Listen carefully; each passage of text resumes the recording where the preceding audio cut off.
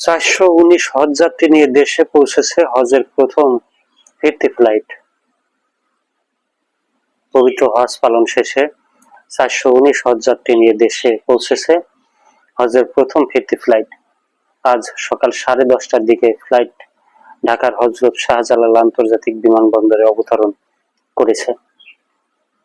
Saudi আরবের স্থানীয় সময় রাত 12:10 জেদ্দার কিংবা আব্দুল আজিজ আন্তর্জাতিক বিমানবন্দর থেকে উড়াল দেয় প্রথম ফিরতি ফ্লাইট।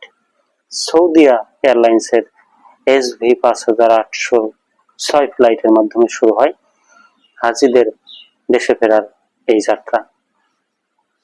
প্রথম দিনে 13টি ফ্লাইটে দেশে ফিরবেন 5434 জন হাজি।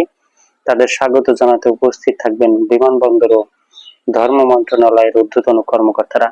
উল্লেখ্য, গত 17 এপ্রিল রাতে হযরত শাহজালাল আন্তর্জাতিক বিমানবন্দরে এবছরের হজ ফ্লাইটের উদ্বোধন করেন প্রধানমন্ত্রী তারেক রহমান। আর বাংলাদেশ থেকে হজ যাত্রী নিয়ে শেষ ফ্লাইটটি সৌদি আরবে পৌঁছে গত 21 মে।